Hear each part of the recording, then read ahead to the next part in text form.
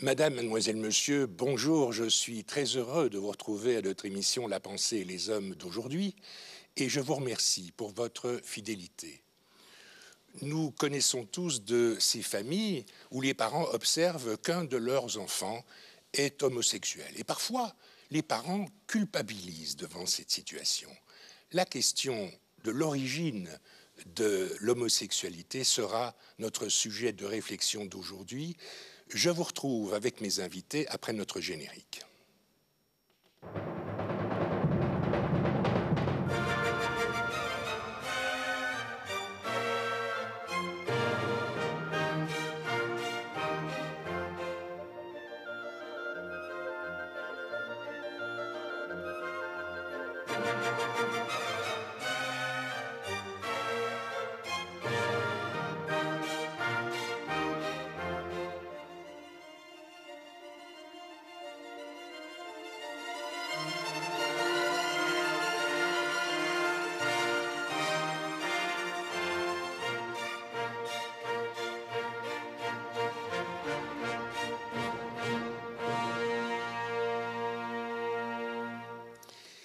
Eh bien, pour nous parler de l'origine de l'orientation sexuelle, j'ai deux invités.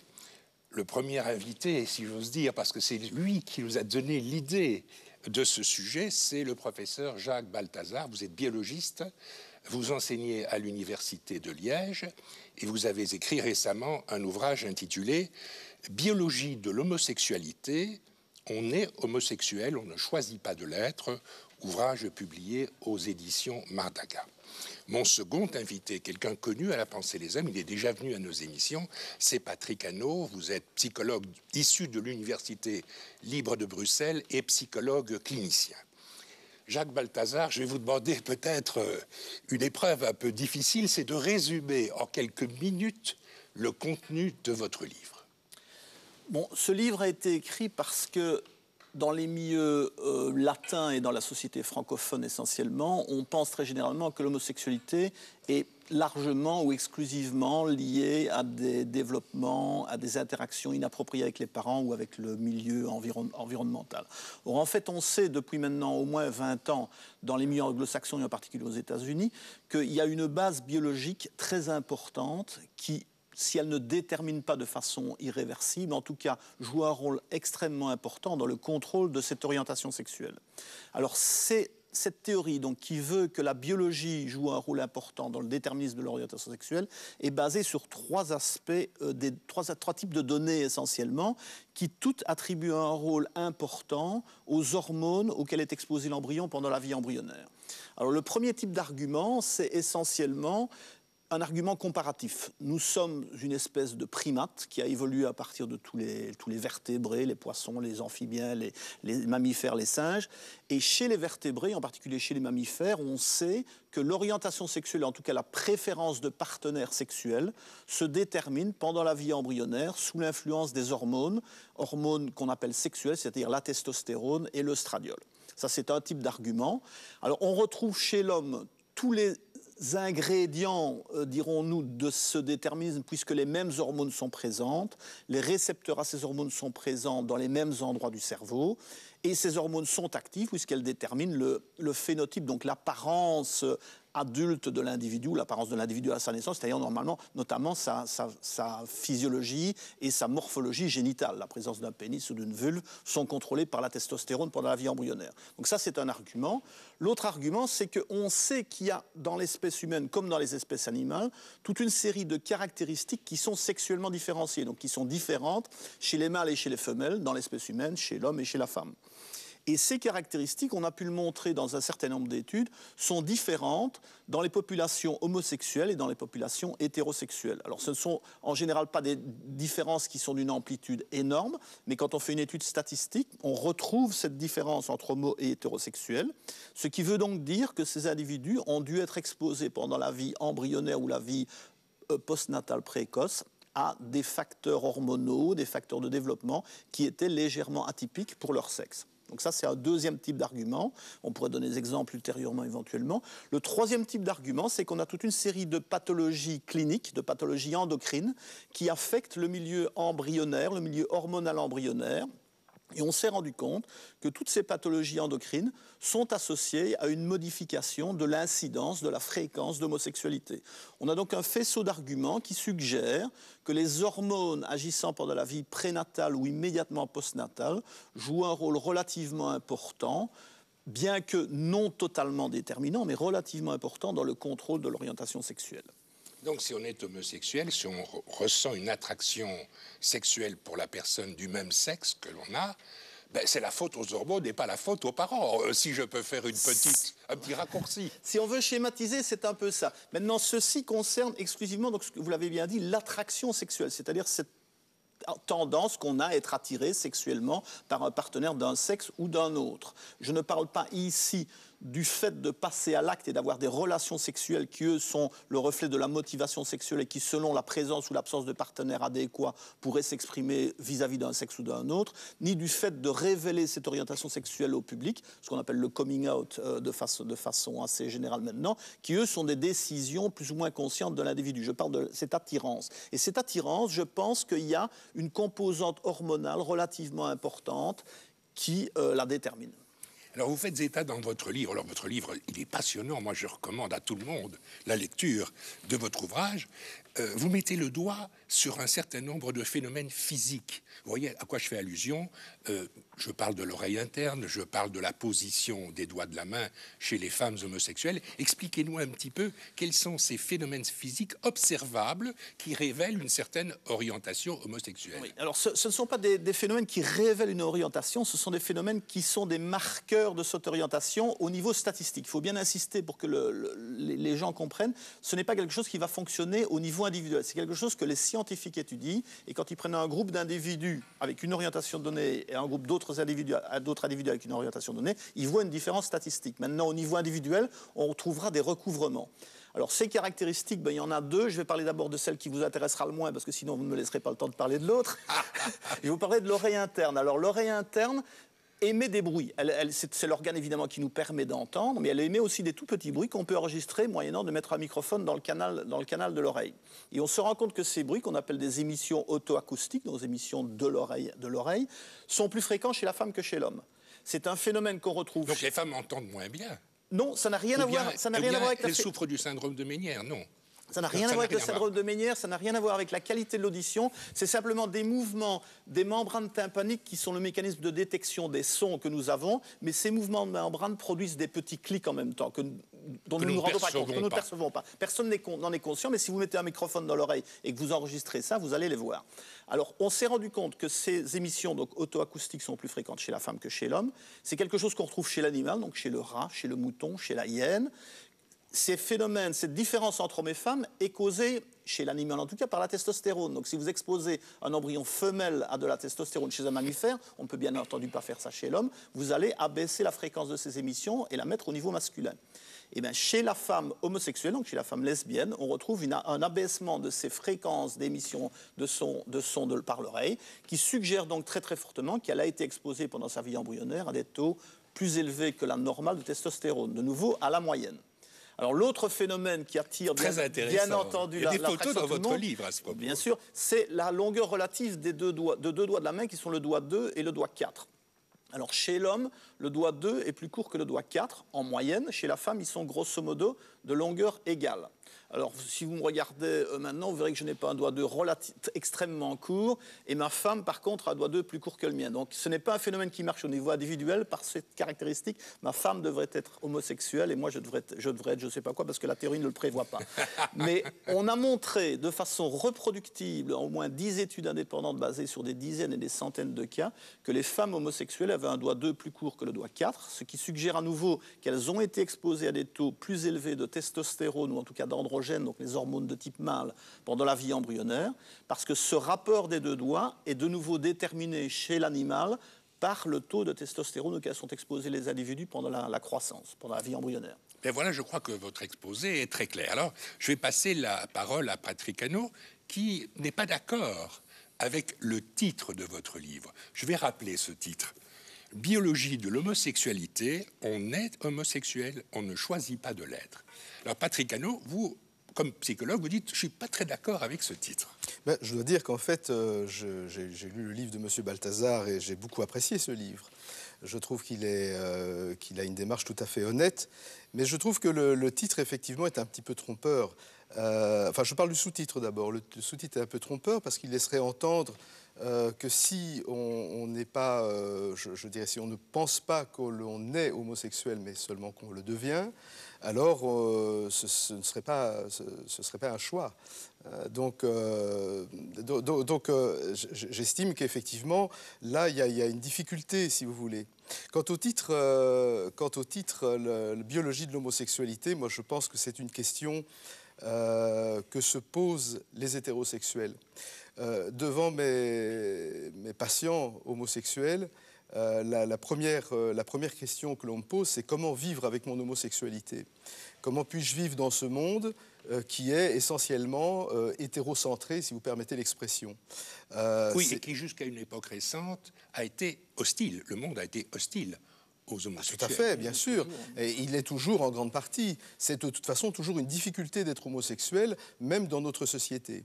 Alors, je pense que le fait même de poser la question de l'origine de l'homosexualité est en soi la marque, si vous voulez, d'une norme sociétale, en fait. Hein.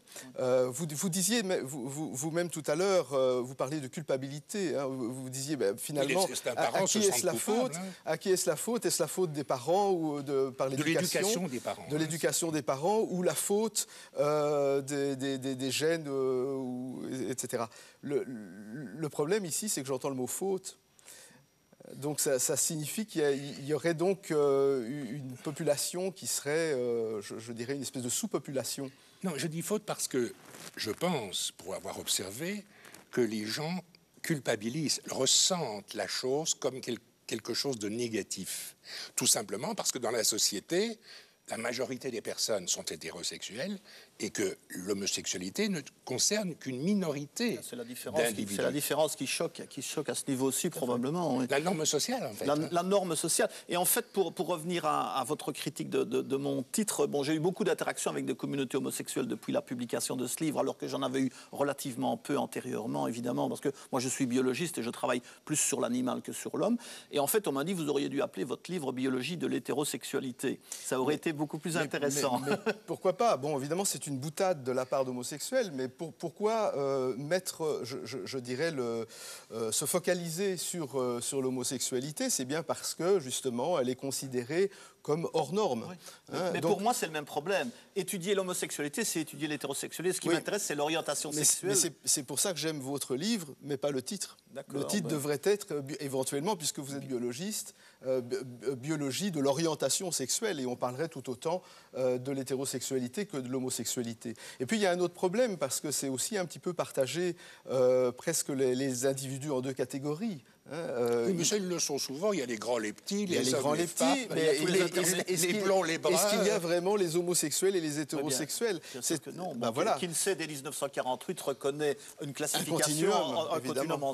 Il distingue 7 classes d'ailleurs, de 0 à 6, entre totalement hétérosexuel et totalement homosexuel. Le problème, c'est que d'un point de vue scientifique, ce phénomène est déjà extrêmement difficile à étudier, le phénomène de l'orientation sexuelle, et que si on veut étudier toutes les subtilités de ces différences, c'est impossible. Alors, les scientifiques, les chercheurs se sont focalisés sur les deux extrêmes de la distribution, mais il est bien clair qu'il faudrait étudier toutes les différences, et les communautés homosexuelles m'ont aussi beaucoup reproché de parler des homosexuels ou des hétérosexuels en caractérisant les gens uniquement à partir de leur orientation, ce qui n'est évidemment qu'un aspect de leur personnalité. Mais je parle ici en scientifique, et peut-être que ça choque un certain nombre de psychologues ou de personnes qui sont concernées. Mais le discours est scientifique et ne veut pas mettre ni valeur, ni jugement, ni dichotomie dans le système. Je crois tout à fait à votre honnêteté, évidemment. Mais le problème, c'est qu'est-ce qu'on peut faire aussi, qu'est-ce qu'on risque de faire avec votre démarche. Le problème, il est dans l'après. À partir du moment, imaginons que vous puissiez prouver effectivement que l'origine de l'homosexualité soit purement biologique, en admettant que ce soit possible, parce que vous êtes extrêmement prudent. Vous parlez évidemment, vrai, et là-dessus nous sommes tout à fait d'accord avec le fait qu'il y a interaction entre des prédispositions biologique ou génétique, et puis aussi un environnement. Il faut qu'il y ait un environnement qui favorise ces prédispositions. Là-dessus, je suis complètement d'accord. Mais imaginons, faisons un peu de science-fiction, imaginons que nous puissions prouver l'origine exacte de l'homosexualité. Que va-t-il se passer? Est-ce qu'il n'y aurait pas des gens comme ce fameux Dr Watson, qui est un des découvreurs de l'ADN, qui écrivait en 1997 « C'est formidable, on va pouvoir isoler le gène ou les gènes de l'homosexualité, ainsi les mères pourront avorter si elles le désirent ». C'est épouvantable d'entendre ça. Mais là, on glisse dans des considérations d'ordre politique et moral. Excusez-moi, je vous ai interrompu. Oui, absolument. Bon, je me place ici sur le niveau au niveau de la connaissance et je présente un bouquin qui fait un résumé de ce qu'on sait à l'heure actuelle. Ce qu'on en fera est évidemment une autre question, mais une question qu'on doit se poser. Je suis tout à fait d'accord avec vous. Alors, je vous dirais d'une part que le déterminisme ou le contrôle de cette orientation sexuelle est de toute évidence très compliqué, implique de toute évidence une multitude de gènes et une multitude de facteurs endocriniens, plus peut-être une multitude de facteurs psychologiques postnataux, et que donc la détection prénatale va être extrêmement difficile. En imaginant même qu'elle le soit, ça deviendra un problème éthique et moral pour les sociétés de savoir ce qu'elles feront de ce choix. Mais je vous dirais que, d'une part, on n'a pas besoin de comprendre d'où vient l'homosexualité pour la persécuter. Il y a des tas de sociétés qui le font depuis longtemps et qui le font encore à l'heure actuelle. Et d'autre part, si on devait, dans le futur, parce qu'on peut maintenant séquencer l'ADN d'un embryon à venir de façon relativement simple, et ça sera de plus en plus simple dans les années qui viennent, si on devait éliminer tous les embryons qui présentent une susceptibilité à l'homosexualité, d'une part, mais d'autre part aussi à toute une série d'autres problèmes potentiels qui peuvent survenir dans la vie, je crois que pas un seul des embryons ne passerait l'examen. Et donc on serait amené à éliminer tous les embryons. Donc je pense que dans une société responsable et adulte, je dirais, ce risque est faible. Mais on peut toujours imaginer des déviances. Mais les déviances, elles se produisent même quand on ne comprend pas. Alors ça ne m'affole pas outre mesure, bien que c'est un aspect auquel il faille faire attention. Il y a une chose qui est intéressante, c'est que vous avez noté qu'à certaines époques, dans certains milieux, on observe l'augmentation du pourcentage d'homosexuels. Je fais allusion ici à la situation de Berlin entre 1943 et 1945, dont les populations sont soumises à des bombardements, à des restrictions alimentaires, etc. Et vous dites, on a observé qu'il y avait un plus grand nombre d'homosexuels nés à cette époque-là, dans ce milieu-là. Oui. Alors, en fait, bon, ça c'est passé à la deuxième étape de la question qui m'intéresse, qui est si les hormones sont responsables de l'orientation sexuelle, qu'est-ce qui détermine le changement des hormones dans les individus qui sont nés homosexuels? Alors il y a une étude, et il y en a une seule, donc il faut être bien prudent et ne pas généraliser trop hâtivement. Il y a une étude qui a montré que pendant la période 1943-1945, il y a eu une augmentation relativement significative, un doublement à peu près, de l'incidence d'homosexualité dans les garçons mâles qui sont nés à ce moment-là et qui ont donc été étudiés de façon rétrospective dans les années 70.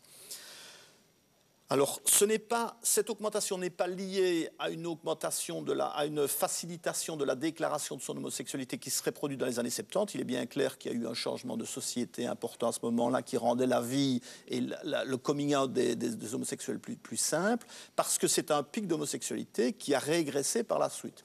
Donc, cette étude épidémiologique suggère que le stress pourrait être un facteur d'homosexualité. Ah, donc vous ne considérez pas ça comme une preuve historique? Ce n'est pas une preuve historique. C'est une indication. C'est une indication, c'est une corrélation. Maintenant, il faut savoir que cette corrélation basée sur une étude épidémiologique rétrospective s'appuie également sur des études animales où là, on a pu montrer chez le rat que si on stresse des mères gestantes, et il suffit pour ça simplement de les amener 5 fois par jour dans la lumière et de les exposer à la lumière pendant 10 minutes dans une cage où on limite leur mouvement et qui donc va être considérée comme dérangeante et stressante, ces mères vont mettre bas des jeunes mâles qui seront imparfaitement masculinisés.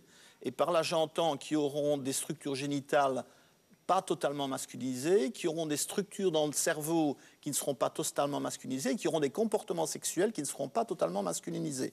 Donc on a une base animale à nouveau pour dire, attention, le stress chez la mère peut modifier la différenciation sexuelle de l'embryon mâle.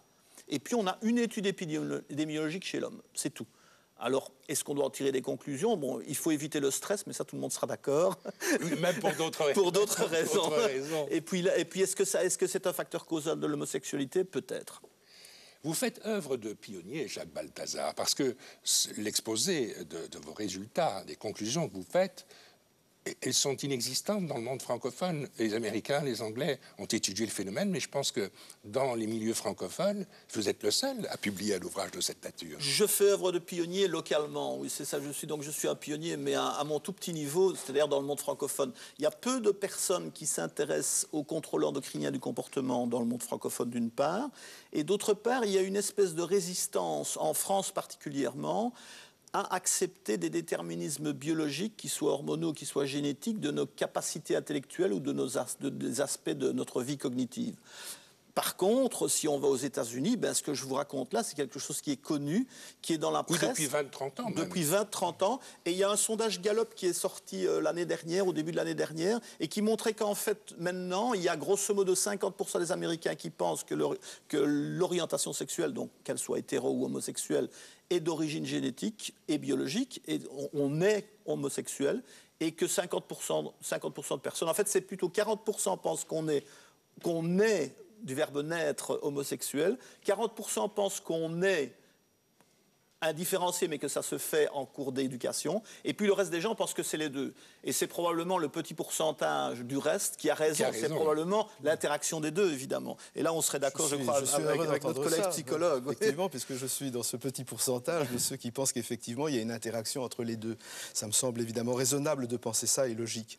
Maintenant, je pense qu'on peut expliquer cette différence entre le monde francophone et le monde anglophone, anglo-saxon, disons, simplement par le fait de l'évolution aussi de ce que je pourrais appeler l'autre camp, qui est celui qui est dominé, je dirais, par la psychanalyse, hein, où on peut dire que la psychanalyse, en passant aux États-Unis, a perdu de son caractère subversif, qu'elle a été complètement dominée par la psychiatrie américaine, qui est toute puissante aux États-Unis, et qui a eu une attitude absolument conservatrice par rapport à, et persécutrice même, on peut dire, par rapport à l'homosexualité. Donc il est assez logique que les homosexuels américains, que le lobby homosexuel américain soutienne évidemment le genre d'études que vous faites, et il est assez logique de voir beaucoup plus de parutions de cet ordre-là dans ces pays-là. Par contre, en France, il y a eu une attitude complètement différente, puisqu'on a eu l'influence de Jacques Lacan dans les années 50 et surtout les années 60, Jacques Lacan, donc, qui a favorisé, je dirais, un retour à Freud, donc un retour à une espèce de neutralité vis-à-vis de l'homosexualité, qui a accepté que des psychanalystes soient homosexuels. Donc, quelque part, il y a eu le paradigme le paradigme de la psychanalyse est resté très fort dans les milieux francophones, ce qui fait que c'est peut-être la raison pour laquelle il reste encore très puissant et que les études biologiques, je dirais, restent un peu en retrait dans le monde francophone. Et c'est une des raisons qui m'a poussé à écrire ce livre d'ailleurs, parce qu'il y avait une telle dominance des idées freudiennes et post-freudiennes concernant l'homosexualité qui attribue essentiellement cette orientation sexuelle à une interaction inadéquate avec les parents, avec la mère en particulier. Et je pensais qu'il était intéressant de rétablir la balance quelque part et de dire que le rôle des parents et la responsabilité des parents n'est peut-être pas engagée de façon aussi nette dans le contrôle de cette orientation.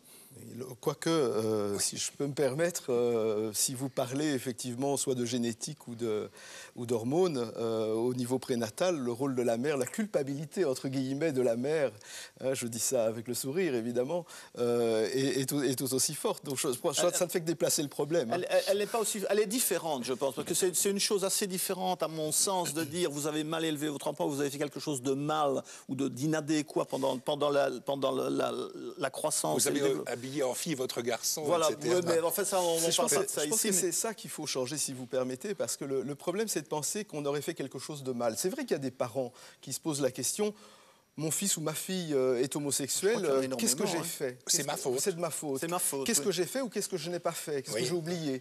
Je pense qu'il ne faut pas voir ça dans ces termes-là, de toute façon. Hein, que l'on soit partisan de l'inné ou de l'acquis, peu importe. Mais il ne faut pas voir ça dans ces termes-là parce que ce n'est pas une faute. Hein. Je pense que c'est une variété de la sexualité humaine qui a sa place, qui a toujours eu sa place et qui aura toujours sa place.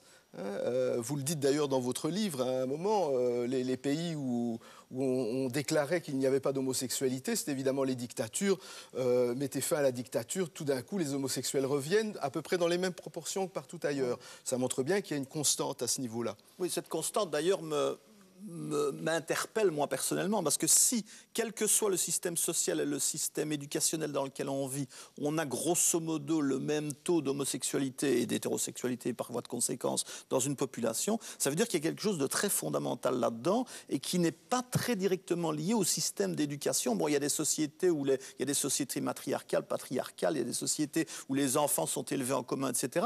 Et on retrouve dans les études épidémiologiques, avec toutes les limitations qui sont inhérentes, mais on retrouve grosso modo un pourcentage d'homosexualité qui varie entre 4 et 8%. Donc ça a l'air d'être une constante de l'espèce. Alors est-ce que ça ne serait pas une constante biologique de l'espèce? Mais c'est la question que je pose, effectivement, et moi j'aurais tendance à penser, effectivement, comme vous, qu'il y a peut-être un phénomène de régulation à ce niveau-là. C'est un critère. Bon, si on parle en biologiste, moi je parle en biologiste assez souvent, si on parle en biologiste, c'est une chose trop importante pour l'évolution que de laisser à l'éducation le choix de l'orientation sexuelle, je pense. Eh bien, Jacques Balthazar, Patrick Hannot, je vous remercie beaucoup pour votre participation à notre émission d'aujourd'hui, émission, je crois, intéressante. Alors, je rappelle, Jacques Balthazar, que vous avez écrit un livre dont je répète que je recommande la lecture, parce qu'il est très lisible, qui s'intitule « Biologie de l'homosexualité ». On est, du verbe naître, homosexuel, on ne choisit pas de l'être, ouvrage publié aux éditions Mardaga. Madame, mademoiselle, monsieur, merci beaucoup pour votre attention. À très bientôt. Et voici maintenant quelques informations du monde de la laïcité. Ça se passe près de chez vous. Voici quelques activités laïques inscrites à l'agenda des prochaines semaines. Les voyageurs du savoir